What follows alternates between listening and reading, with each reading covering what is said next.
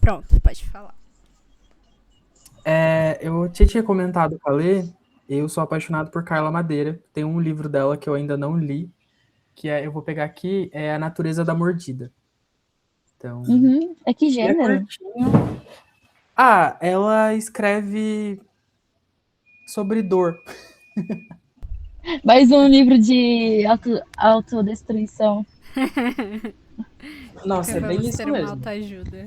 Apenas E qual que é autodestruição. o que você indicou pra Tati? Ô, Lele, eu não cheguei a ver. Chama Cabeça de Santo. Ele é uma ficção baseada em uma situação que aconteceu no interior do Ceará, que é assim, tem uma cabeça de um santo, uma cabeça mesmo, tipo, gigante, de um santo gigante que caiu no terreno de uma mulher.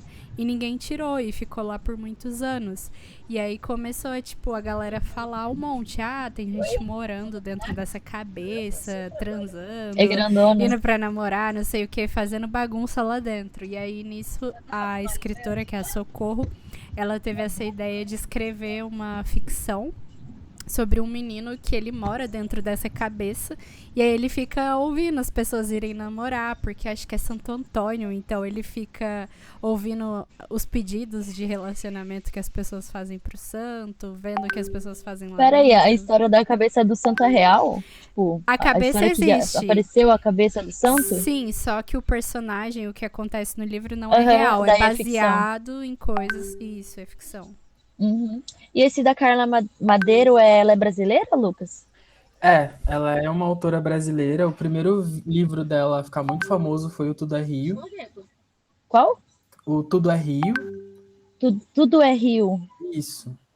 Que legal, nossa, que Vai título falar, é um bonito. livro que o livro que ficou mais famoso dela fala sobre a fluidez da vida, sabe? As coisas acontecem e vão Não passando. acredito, gente. Realmente E autodestruição. é Sim. autodestruição mesmo, assim. Eu acho que eu nunca tive um livro de 200 páginas, eu tive que ler em tipo uns 4 dias, porque eu não consegui ler de uma vez. Não sei se eu consigo ler um negócio desse, não. Ó, O... a sinopse da Natureza da Mordida é: por essa e outras que a distração me alivia. As rimas, as flores inesperadas, o que fisga meu olho pelo rabo, a vida não é de confiança. Olívia nos apunhala com a mesma faca com que passa a manteiga. A vida, essa senhora banguela que não teme a feiura e faz coisas medonhas, com a sua boca murcha que não lhe inibe as gargalhadas.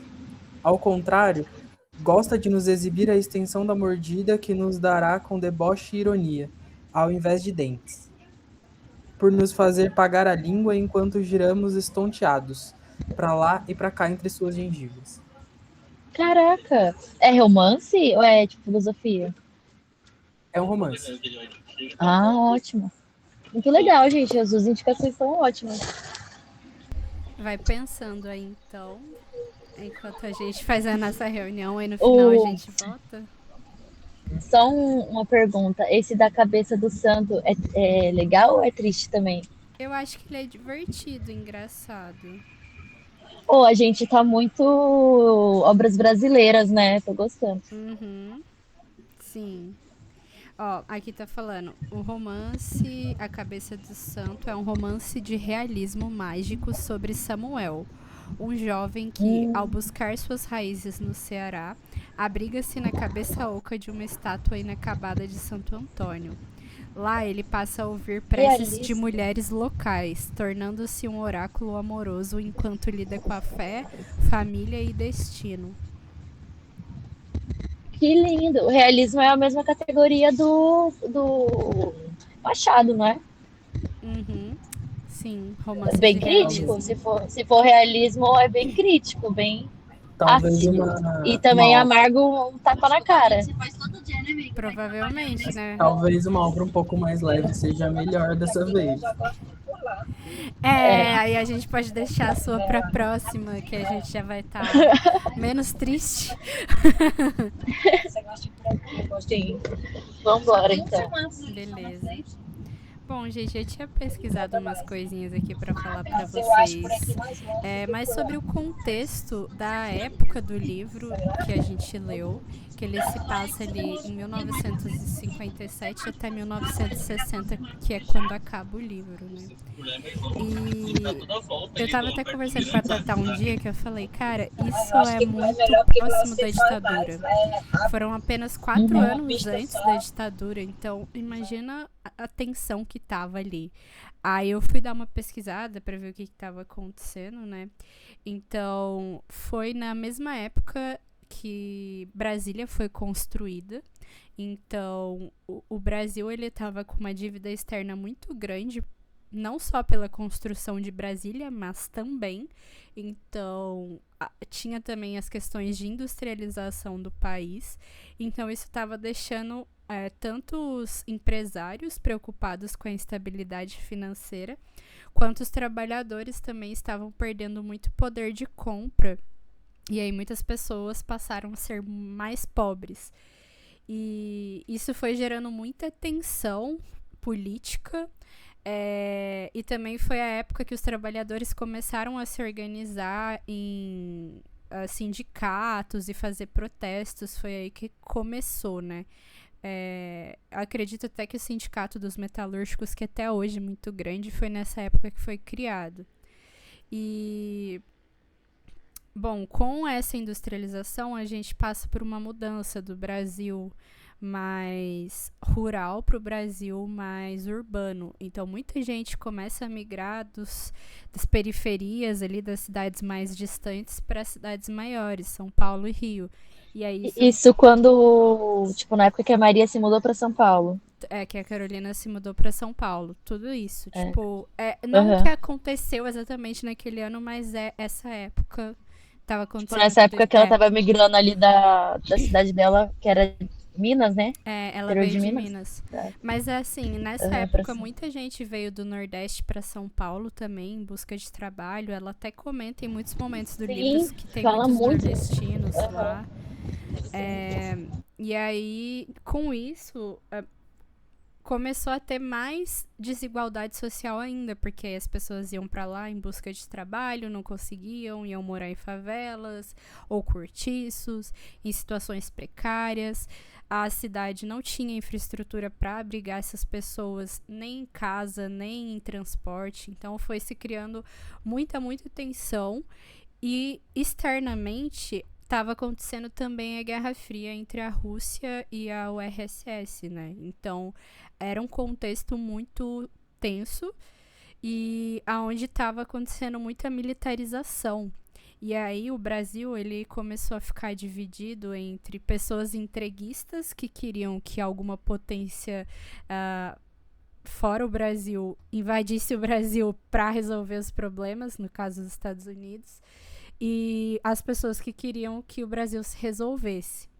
E aí, nessa época, é que o livro acaba em 1960, quando o JK ainda era presidente, mas em 61, o Jânio Quadros ele assume o Brasil como presidente e ele instaura várias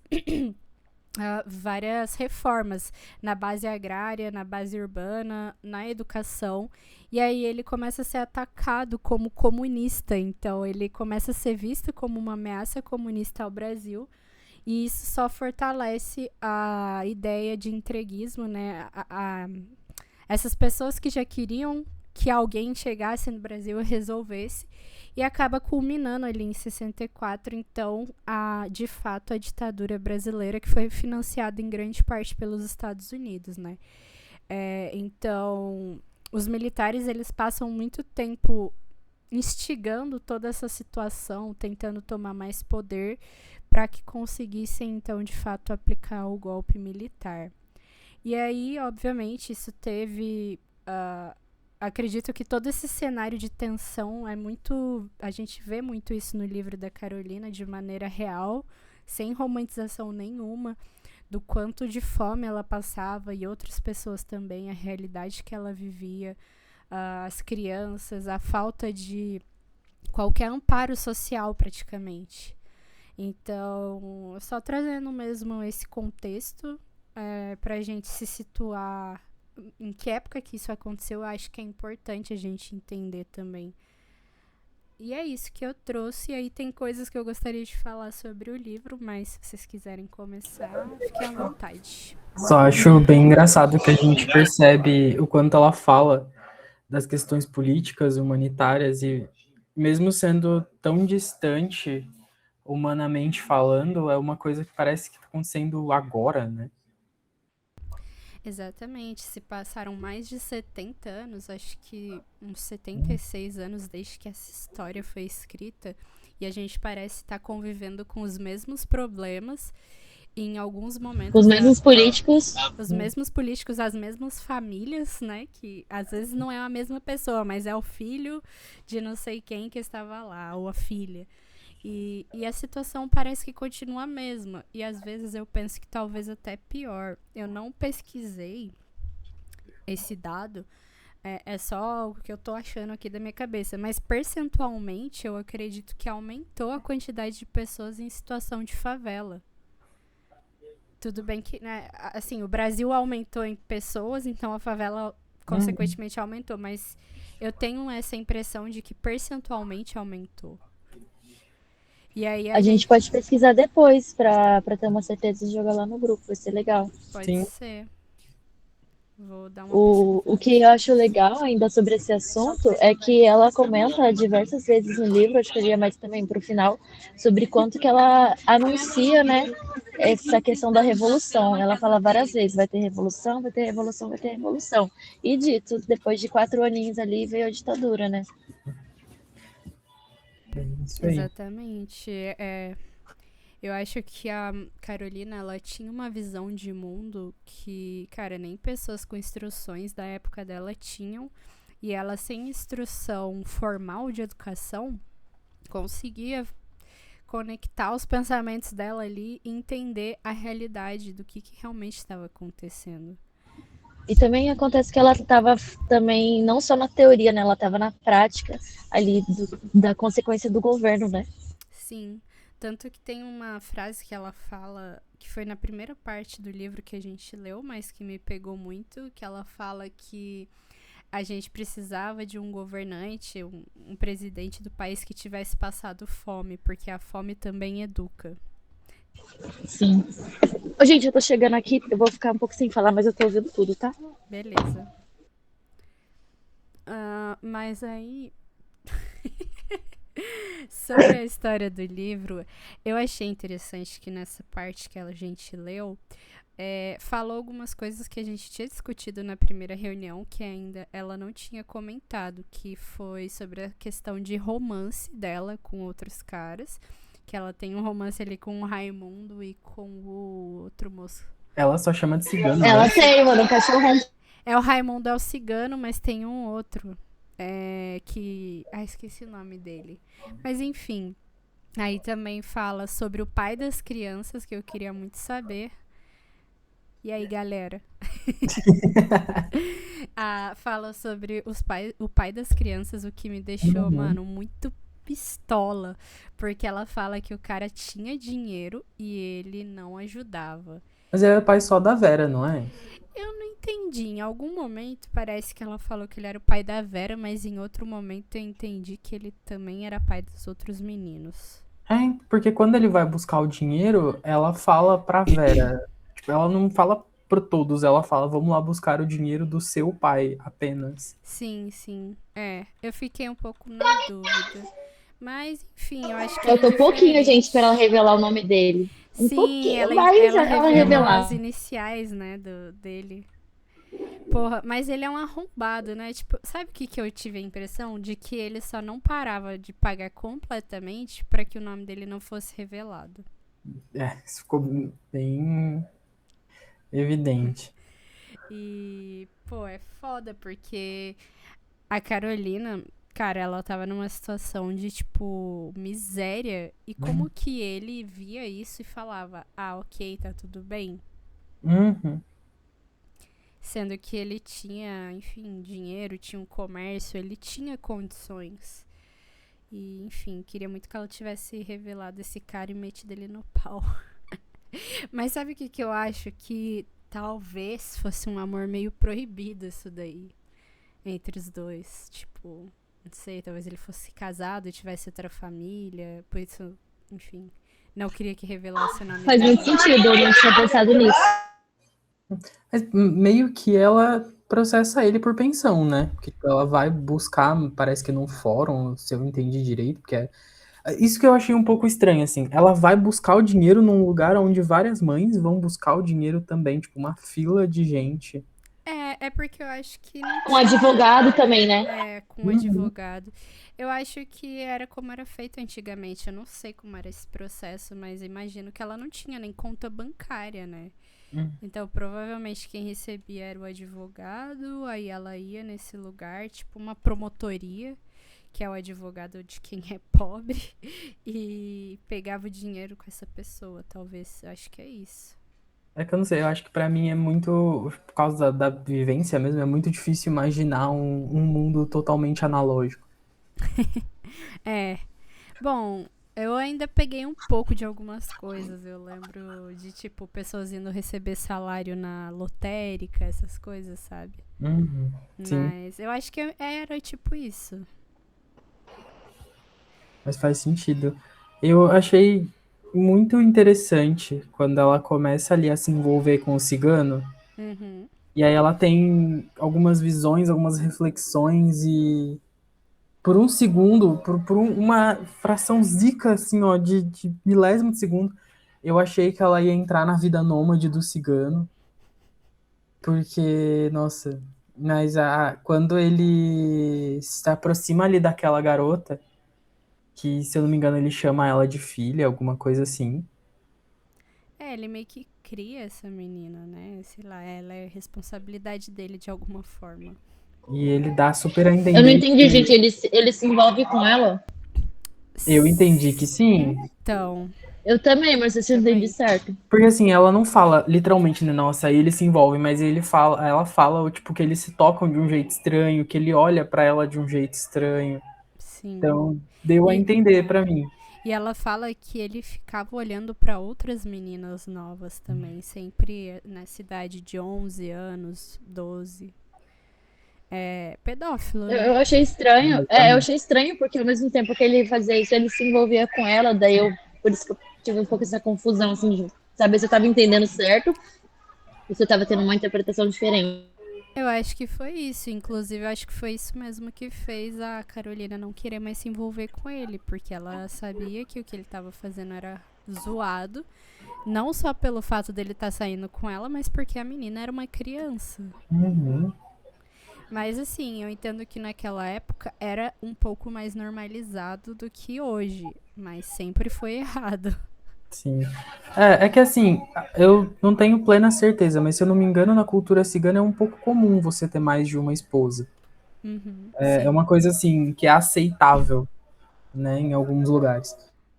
Ter esposa ok, se envolver com Mas, criança não então, ok. e aí ela ficou, já começa a ficar um pouco se incomodada foi um pouco complicado, mas ela já fica um pouco incomodada porque ela percebe que ele olha para outras mulheres, e aí quando ela começa a dar conta que ele não só se interessa por outras mulheres, mas por criança, aí deu para ver que ela deu assim 5 passos atrás e queria tirar ele da cabeça dela a todo custo.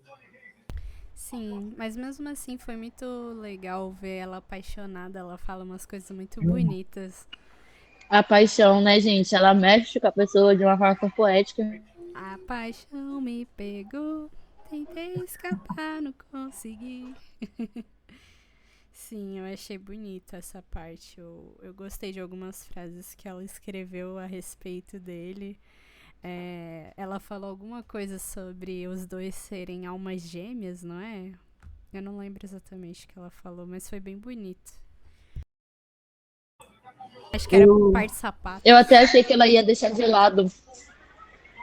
Eu até achei que ela ia deixar de lado a filosofia dela de, tipo, não ficar com. Não se casar de novo e tal. Assim, meu Deus, não acredito que ela vai cair no papo. Mas ela, no fim, não caiu, graças a Deus. Ela Mas é legal também resistiu. que ela fala. Mas eu acho que ela deu uma quebrada ali também com aquele Manuel, que ela tinha, tipo, afastado ele antes, mas, tipo, aquele afastado de, tipo, ai, vai, mas não vai. Uhum. Vai, mas fica ali. Qualquer coisa, estamos aí. Fica ali. É a friend E zone, ele é ficou. isso? Sim. E Ah, ele ficou mesmo. Uhum. fiquei curiosa pra saber se depois que acaba o livro, né, se ela continua esse relacionamento com ele ou não. Então, eu senti um pouco que nessa reta final ela sempre falava muito dos filhos, aí ela fala um pouco mais da Vera, mas não pontua muito sobre o restante da família ali. Eu me lembro que ela falou de um dos filhos que dava bastante problema, que eu acho que era o mais velho, né? Mas realmente, eu acho que ela falava mais sobre a Vera porque os outros meninos ficavam mais largados. Sim, ela tinha um cuidado maior pela Vera ser menina. Eu acho que não era só por ser menina, mas eu acho que as duas realmente tinham uma conexão a mais, sabe, de amizade, assim. Porque eu vejo que, pelas falas que ela comenta, a Vera tinha um pensamento muito parecido com o dela, de se revoltar com a situação. Sim. E os meninos, tipo, eles não que eles gostassem, mas eles não tinham um pensamento tão crítico, eu acho. Pode ser também. Mas Eu tem gostei a. dessa parte. Desculpa, pode Pode falar, falar, Lu. pode continuar. É porque era um pouco outro assunto. Não, tranquilo. É que assim, eu senti um pouco mais desse cuidado que ela, mais com a Vera, independente de relacionamentos e etc. Porque ela via o quanto as mulheres sofriam muito mais ali naquela vida e dava pra ver o quanto ela queria algo diferente pra Vera. Então acho que foi mais por isso Sim. assim que eu senti que ela tinha um pouco de cuidado maior com ela. E por ser mais nova também, né? É. A Vera não tinha que, uns 6 anos durante Não, acho que no essa começo do parte. livro ela tinha 2 anos. Então ela tinha 5 anos no final do livro, né? Sim. Ela era bem pequenininha. O, falando ainda um pouco sobre os filhos, acho que dá para perceber que aquela visão que a gente estava no começo, que a gente não sabia se era olhar de mãe ou se o filho era realmente bonzinho. Eu cheguei, não sei vocês, mas eu cheguei à conclusão que era olhar de mãe, que os filhos aprontavam muito. Eu acho que talvez eles não aprontassem tanto quanto as outras crianças, mas eles eram bem arteiros. Não Porque, sei se ela colocaria no diário dela também, né? Se eles é, aprontassem. Eu não colocaria se fossem meus filhos. é, sim, com certeza, ela protegia.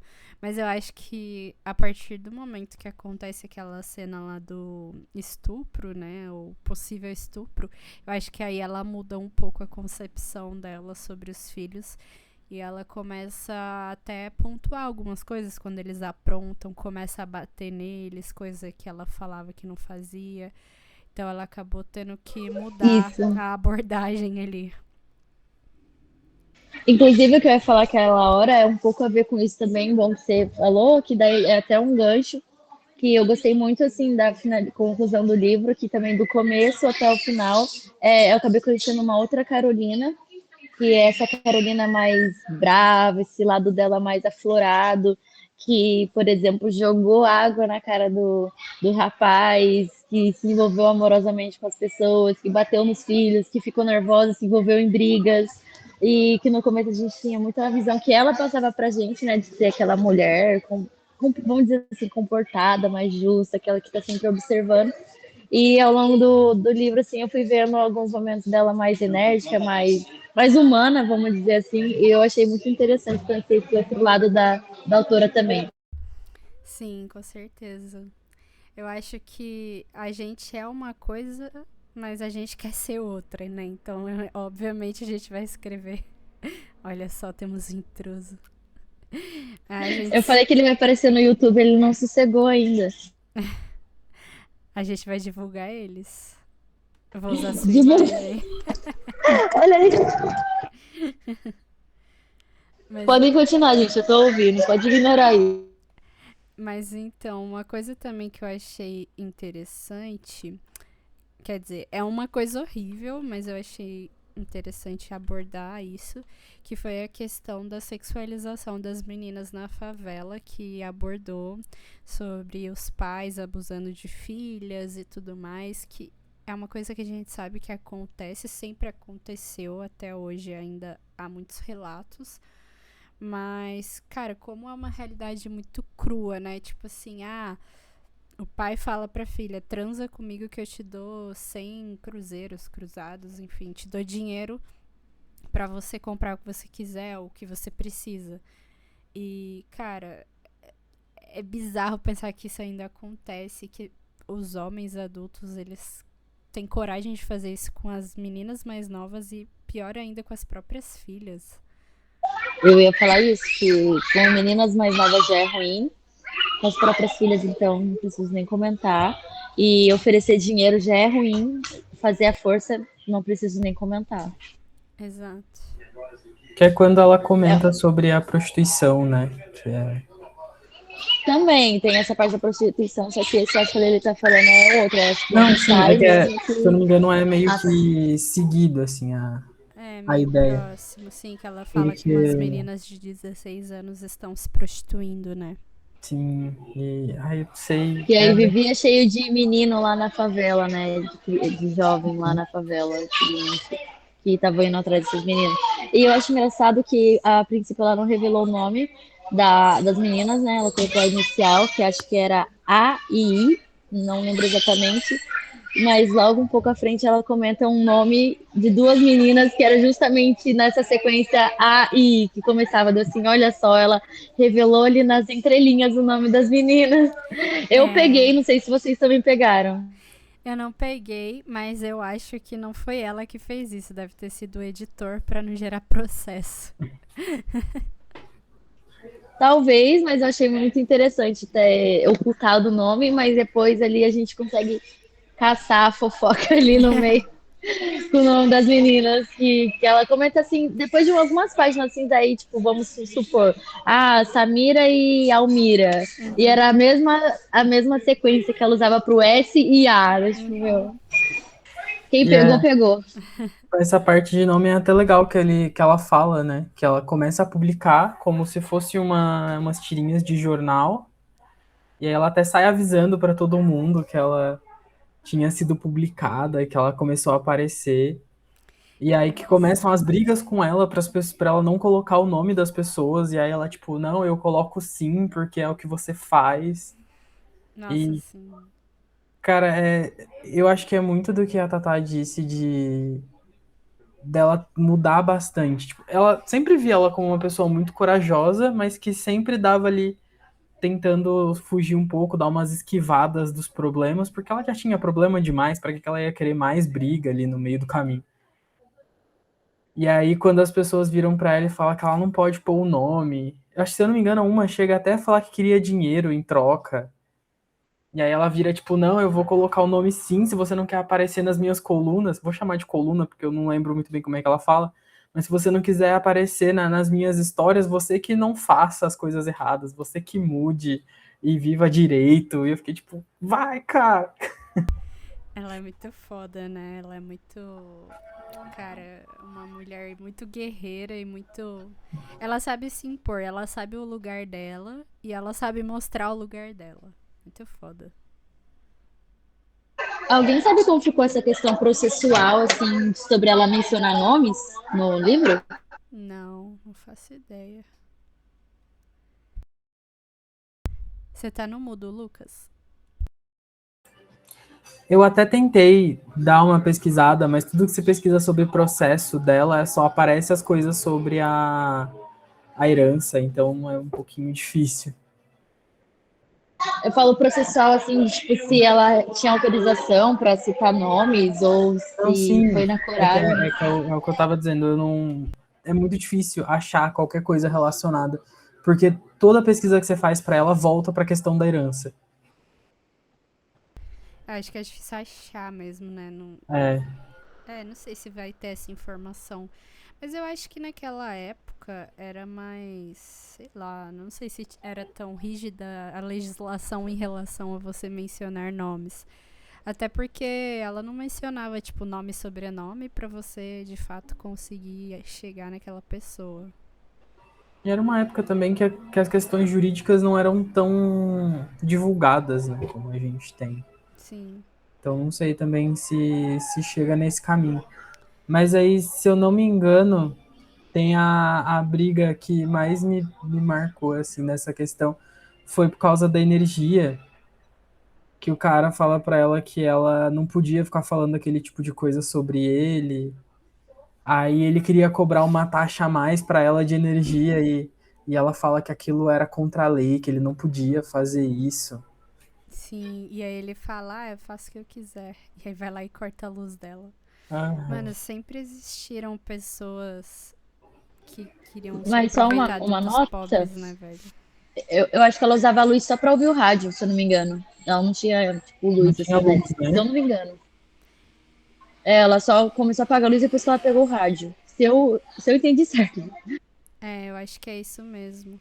Inclusive, eu vi em uma reportagem, mas não fui pesquisar muito a respeito. Eu acho que ela comenta isso uma hora no, no diário, que ela gostava de ouvir valsas vienenses de Viena. E aí Uhum. um repórter fala assim, nossa, em que realidade que uma favelada ia gostar de valsa?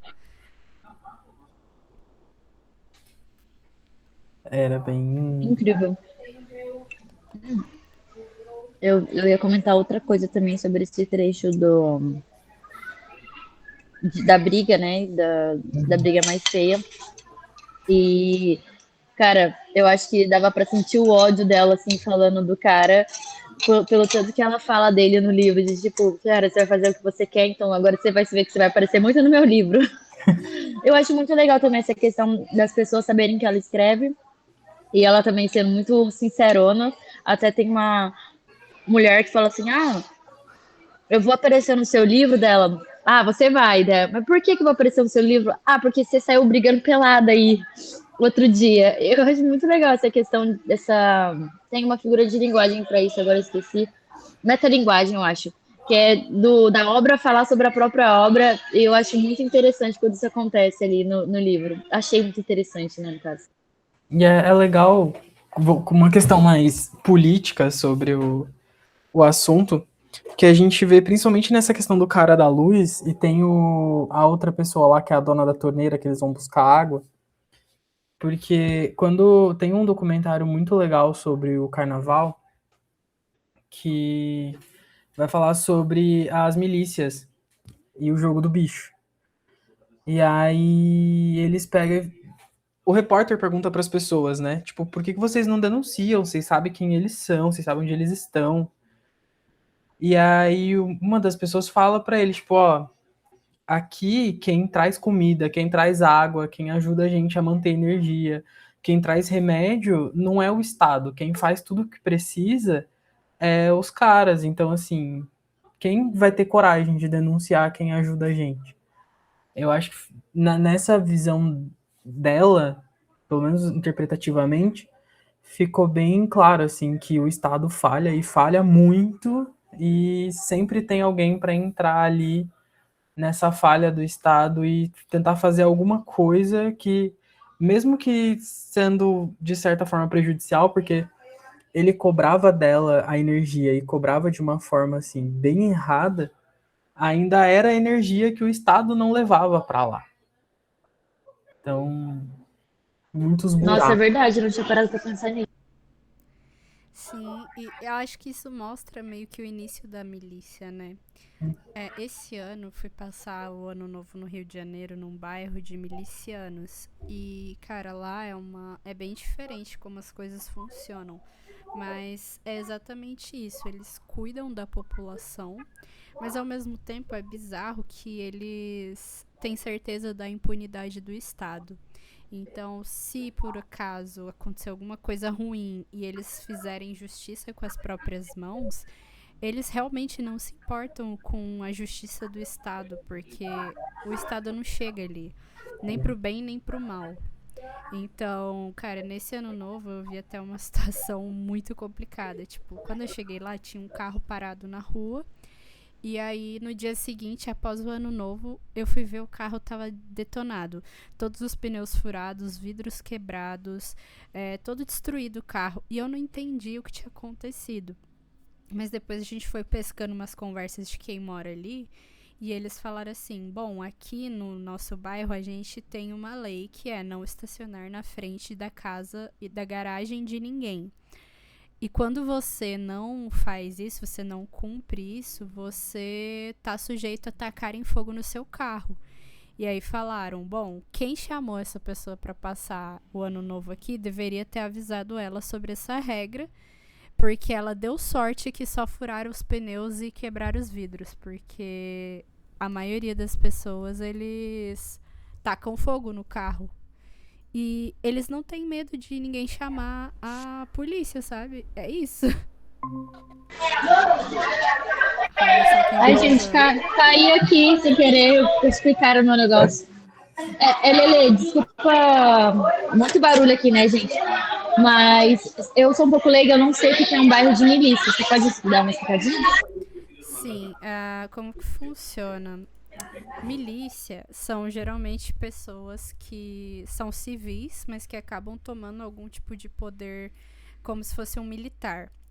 Então, no Rio de Janeiro, nesse bairro que eu fui, um miliciano, ele geralmente é policial ou já foi, e aí eles acabam formando uma estrutura de poder para ajudar a população. Então, é isso, sabe?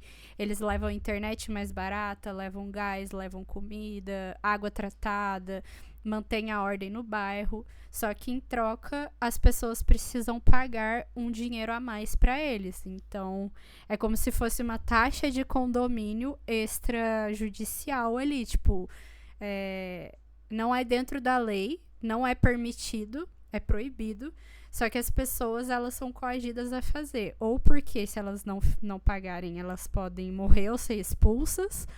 Ou simplesmente porque traz mais benefícios do que malefícios. Então, por exemplo, se o miliciano não leva a internet para casa deles, eles não têm internet, então eles preferem pagar essa taxa. E uma coisa que eu achei bem diferente lá é que esse bairro em específico era muito seguro. Todo mundo andando de iPhone na rua. No Rio de Janeiro, com o celular na mão, eu nunca vi isso. E lá era de boa, tipo, eu fui num bloco de carnaval, tava tendo ensaio lá, e parecia muito seguro, porque não tem crime lá. E aí, quando acontece alguma coisa, tipo desorganização, os milicianos já vão lá e resolvem. Tipo, ó, galera, vocês não podem fazer isso, quem fizer tá sujeito à nossa punição, e não à punição do Estado. Entendeu? É isso. Cara, eu não sabia da existência disso, não sabia mesmo.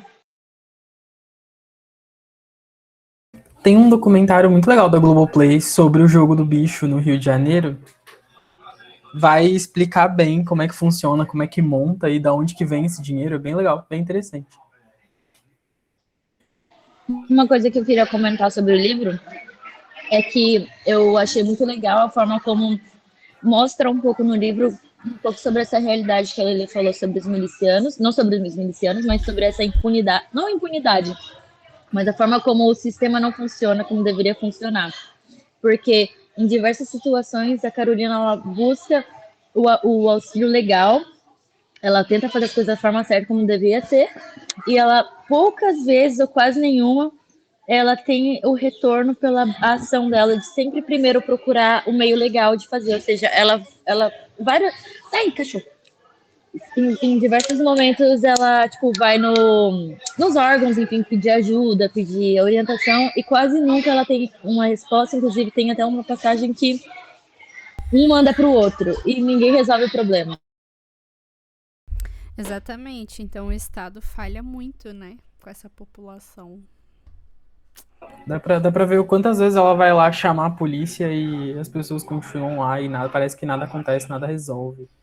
Sim. E até quando as pessoas são punidas, depois elas são soltas e tudo continua o mesmo ciclo, né? No caso, acho que teve um dos casos que um cara foi preso por conta da denúncia da Carolina. Acho que ele fraturou a costela da esposa, sei lá, foi uma violência muito potente, assim. Ele acabou sendo preso, mas depois ele voltou, foi morar lá de novo e tudo aconteceu de novo. Nada Até, resolvido. até quando o João José vai ser levado pro. Não sei se seria considerado um julgamento, mas quando ele vai responder à polícia pelo caso, a forma com que ela descreve que tudo aconteceu me pareceu, não sei, sabe, estranho, meio torpe, assim. E parece que as pessoas, tipo, nossa, eles são favelados, então tanto faz, joga aí, a gente pode falar do jeito que quiser, porque nada pra eles é tão pesado do que o que eles já vivem, o que eles já veem todos os dias. É uma realidade muito crua.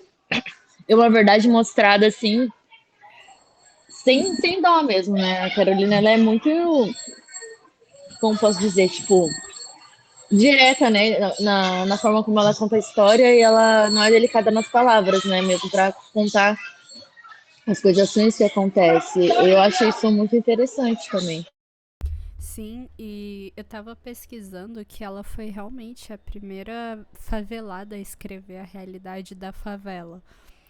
Existiam outras pessoas que já tinham escrito sobre a favela, mas ou eram pessoas de fora, ou era tipo um romance, enfim, alguma outra coisa. Ela foi a primeira a fazer uma autobiografia dentro da favela mesmo. Eu acabei até nem marcando a parte no que eu acabei esquecendo.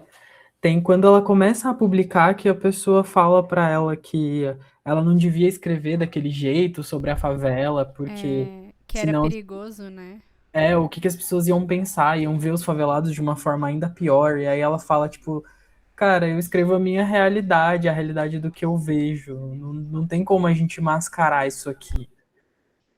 Tem até um trecho assim na entrevista. Todos leram a entrevista do final do livro? Sim, eu sim. Lucas, Vai ficar sabendo Lu, agora. Vou ficar sabendo agora, vambora. mas tem uma parte, acho que se eu não me engano, na entrevista que ela fala sobre isso, que tem uma pergunta tipo essa que você falou mesmo, e ela fala mais ou menos isso mesmo, tipo, eu escrevo o que é a minha realidade. Inclusive, lê a entrevista, Lucas, tá bem legal. Vou, vou ler. Sim. Eu fiquei muito ansioso, aí eu terminei o livro no audiobook. No audiobook não tem a entrevista.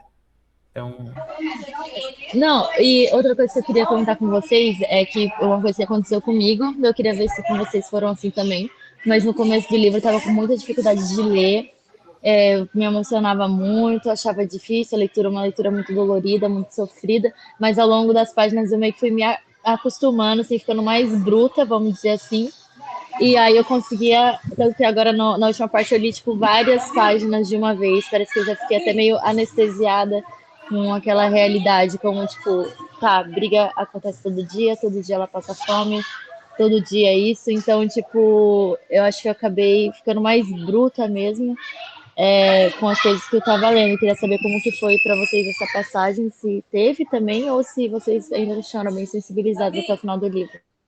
eu acho que saber, antes de acabar, que as coisas para ela iam melhorar bastante enquanto ela ainda estava em vida, me deixou fazer com que a literatura, com que os textos fossem mais leves.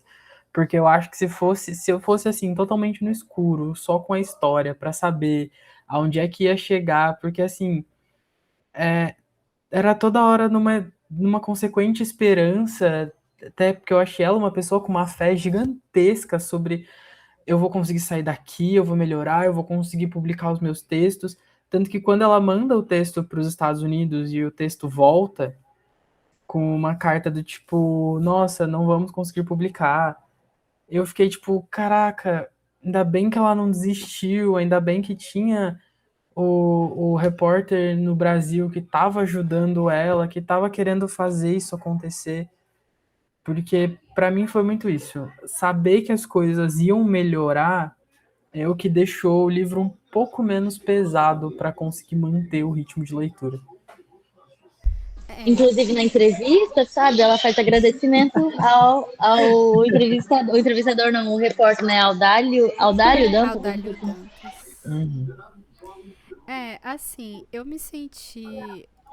um pouco anestesiado ao longo da história, admito, o que mostra como é bizarro como a gente se adapta mesmo a coisas ruins, e no caso não era nem a situação, só a leitura, eu já tava tipo, tá tudo bem, é isso sempre. Mas eu confesso que algumas outras partes realmente mexiam muito comigo, tipo, quando começou a história lá de abuso das meninas, os pais abusando das filhas, essa parte me chocou bastante, assim, tipo, é, ver como acontecia ali, Tava como era fora do comum descarado. ali também, né, do que ela relatava. Ela não costumava falar, como ela mesma fala, não fala sobre pornografia. Então, isso me chocou um pouco. E outra coisa que me deixou muito chocada é que ela começa a publicação dos textos dela nos jornais como se fosse uma coluna semanal, não sei qual a frequência, mas aí eu tive uma esperança de que as coisas iriam melhorar ainda ali naquele diário, que as coisas ficariam bem. E, cara, foi tipo uma refeição que ela fez boa e depois tudo voltou ao normal e ela voltou a passar fome até o final do livro de novo. E foram muitos meses. Eu não sei até quando foi a chave, né? O ponto de virada que aí de fato ela conseguiu sair dali. Mas se eu não me engano, acho que foi 62 ou 63 que o livro foi realmente publicado. Então ainda demorou quase 3 anos para ela sair da miséria e da fome. E isso me deixa muito triste com a realidade. Porque mesmo conseguindo conquistar o que ela sempre desejou, ainda demorou para ela parar de passar fome. E fica a reflexão, né, se essa demora foi porque é um processo realmente ou porque ela era uma preta favelada. Com certeza ela enfrentou muitas dificuldades por ser preta favelada. Mas ao mesmo tempo, por ela ter sido a pioneira, eu acho que isso impulsionou também o livro dela. Tem até Sim, a parte e que ela enfrentou também resistência de todos os lados, né? Era o editor que parecia que ter que convencer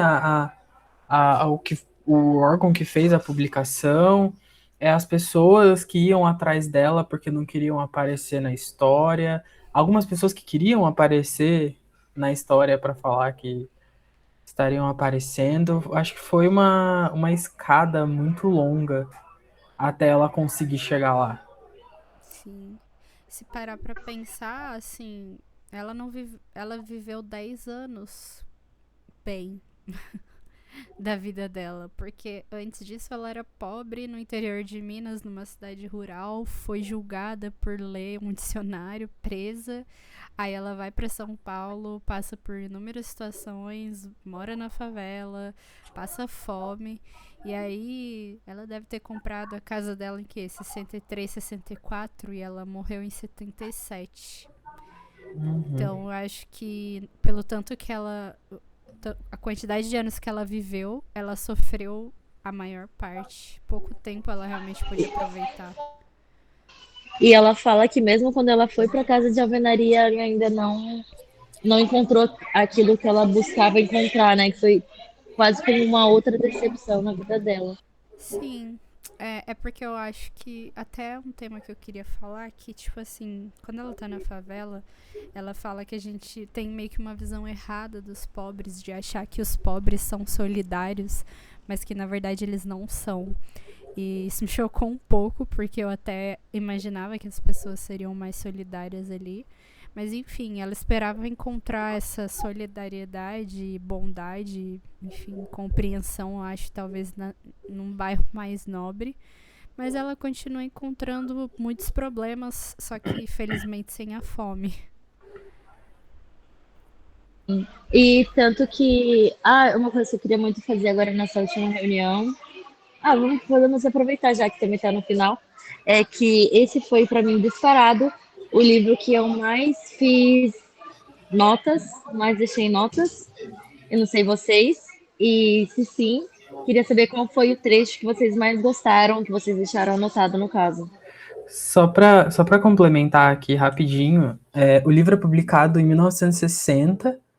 Já em 1960, ela sai da favela, vai morar no fundo das casas de um amigo em Osasco, E o quarto despejo é publicado em 19 de agosto, que é quando ela começa a ter o retorno financeiro sobre as coisas que estão acontecendo ali. Qual Só ano, não... Lucas? Em 1960, no fim do livro. Também em 1960, que é publicado, que ela consegue dar uma recuperada? Isso, que é quando ela começa a ver o dinheiro. Aqui só não tem quando ela compra a casa. É, mas deve ter sido ele então próximo, menos mal, né? Tipo 61, Uhum. 2 talvez. É. Mas, cara, eu não sei dizer qual parte Ah, que eu gostei mais. São desculpa. muitas partes que eu gostei. Mas eu achei muito lindo uma parte. As partes de fome e sofrimento me pegaram muito, mas a parte que eu achei mais bonito é quando ela fala que ela é uma mulher meio despojada, ousada, e que se ela pudesse, ela cortaria um pedaço do céu pra fazer um vestido e usar um vestido com o desenho das estrelas. Eu achei isso muito lindo.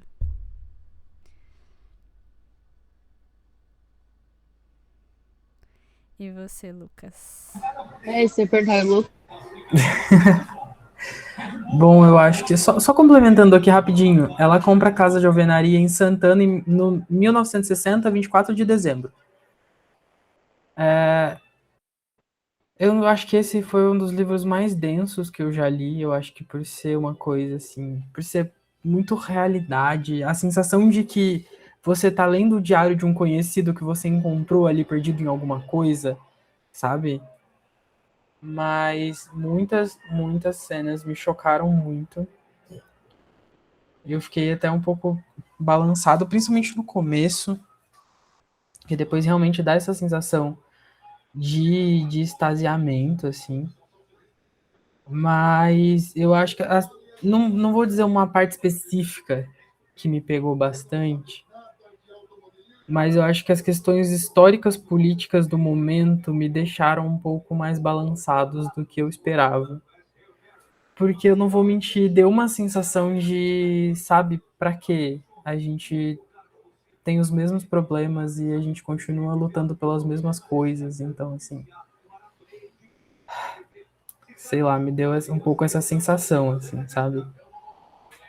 Mas eu achei incrível a gente perceber que o quanto a fé consegue levar a gente longe. E quando eu falo de fé, não estou falando de fé no quesito religioso, mas tipo, de acreditar em um propósito e ir atrás dele independente do que aconteça no meio do caminho. Assim.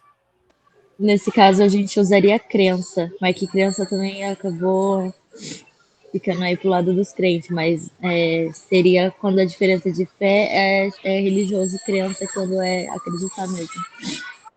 Sim. Mas e você, Tatá? Qual foi a parte que você mais gostou? Olha, das notas que eu fiz, eu tem duas partes, assim, eu não consegui só uma, mas acho que uma complementa a outra, que pra mim foi, assim, o auge, mano, absolute poeta, Maria Carolina Maria, falar Maria Carolina, que foi o primeiro provérbio dela, que ela fala mais de uma vez, que é, não há coisa pior na vida do que a própria vida. E, gente, pra mim ali ela falou tudo, resumiu a história, assim, porque eu sou muito essa pessoa que acredita nessa filosofia, sabe? Talvez seja um pouco pessimista da minha parte, mas pra mim ali ela lacrou. E a segunda, que também é mais aqui no final, mas é também uma passagem assim que eu achei muito filosófico, poético, muito bonito, assim, que representa muito também a verdade para mim, que ela diz assim: a vida é igual a um livro. Desculpa, pera, deu uma engasgadinha. A vida é igual a um livro. Só depois de ter lido é que sabemos o que encerra. E nós, quando estamos no fim da vida, é que sabemos como a nossa vida decorreu. Eu achei também muito bonito, muito poético, assim, uma mulher com uma visão incrível, né, para fazer provérbios assim tão inspiradores, assim, de certa forma, tão profundos. Acho que essa é a palavra que eu estava buscando aqui. Realmente. Eu acho que tem muitas passagens bonitas e inclusive acho que a mais famosa que é quando a Carolina ela nomeia ela dá cor à fome, né? Ela diz que a fome é amarela. Isso aí é bizarro. E várias outras coisas, mas tipo assim, tem a parte que ela fala do Juscelino Kubitschek também, tá na gaiola de ouro pra ele tomar cuidado, que quando o gato tá com fome ele pega o passarinho na gaiola. Eu achei isso muito bom, sabe? Ela tinha uma ideia assim realmente revolucionária até hoje, mas pra época ainda mais.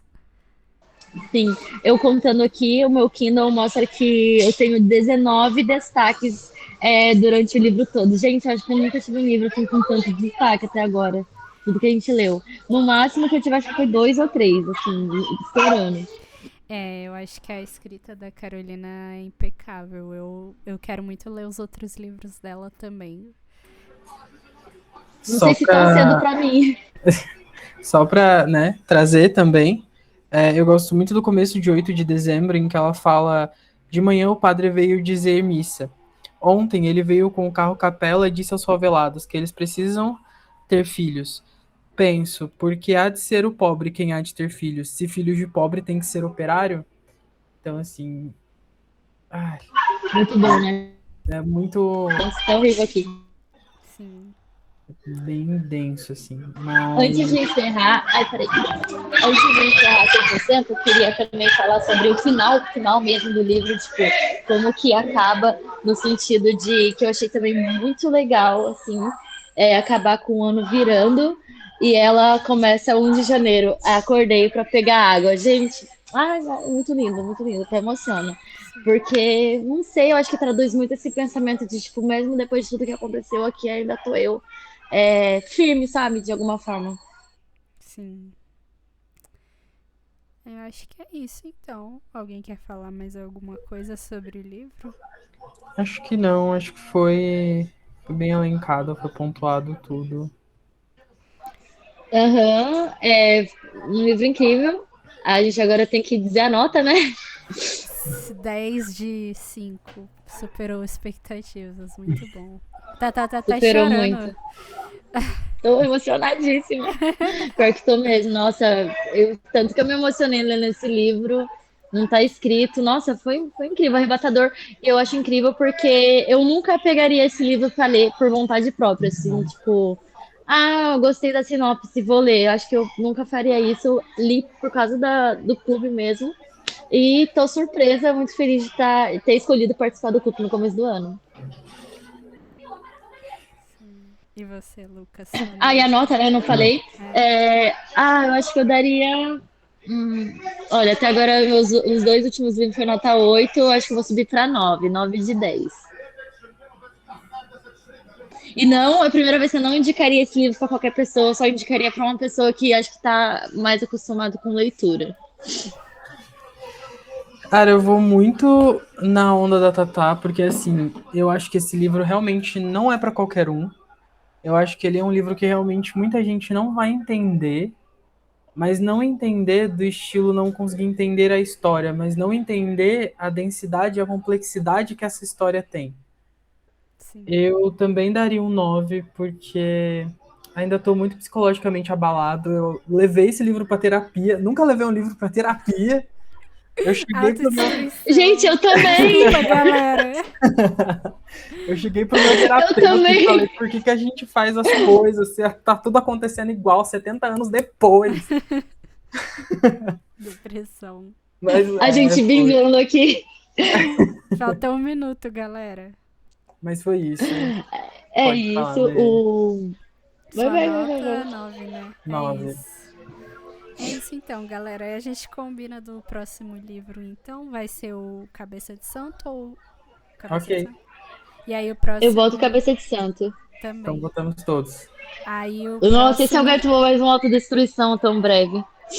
Aí o próximo o Lucas fala. Eu esqueci o nome do próximo livro. Ok, talvez eu pegue um pouco mais leve. Vamos ver como é que vai ser esse primeiro. Beleza. Vamos ver. Beijo, Obrigada, gente. galera. Obrigada pela paciência aqui também. Tchau, tchau. Tchau. Tchau.